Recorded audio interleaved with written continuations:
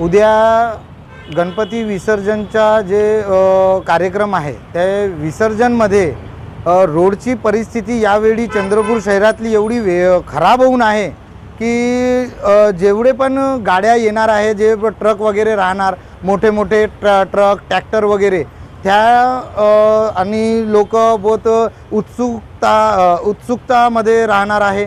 Dance वगैरे जे programme राहते सगळं करणार आहे।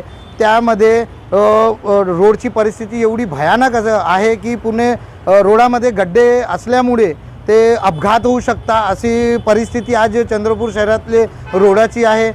याच्यापूर्वी आपले सन्माननीय मुख्यमंत्री साहेबांचे पत्नी अमृताताई फडणवीसजी ज्यावेळी इथं आले होते त्यावेळी जे लालपेठच्या ज्यासाठी जे रोड होता ते रोड 1 किलोमीटर रोड पूर्ण रात्रभर ते लोक ते पुन्हा रोडचं काम करून पुन्हा नवीन रोड तयार केला होता। पण आता जे विसर्जनचा एवढा गणपती बाप्पाचा जे विसर्जनचा वेळ आहे, जे एक देवाचा प्रोग्राम आहे, पण तरी पण आपल्या चंद्रपूर शहरामध्ये जसं रोड पहिले होता पूर्ण खराब गड्डे तसंच आता पण आहे।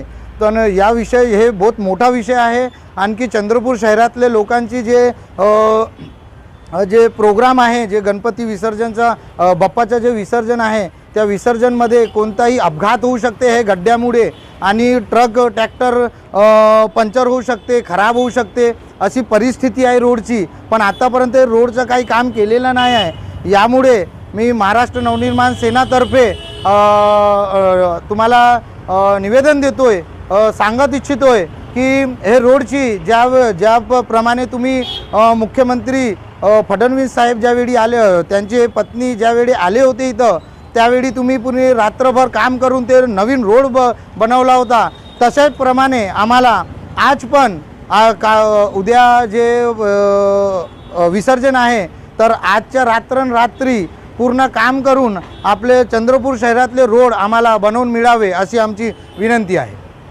असं नाही झाला, जर हे रोड पूर्ण बनवून नाही मिळाला आणि लोकांना जर त्रास झाला तर हे पूर्ण चंद्रपूर शहरातल्या लोकांना घेऊन पुन्हा मोठा आंदोलन करण्यात येईल आणि आंदोलन आमदार साहेबांच्या आणि खासदार साहेबांच्या घरासमोर राहणार।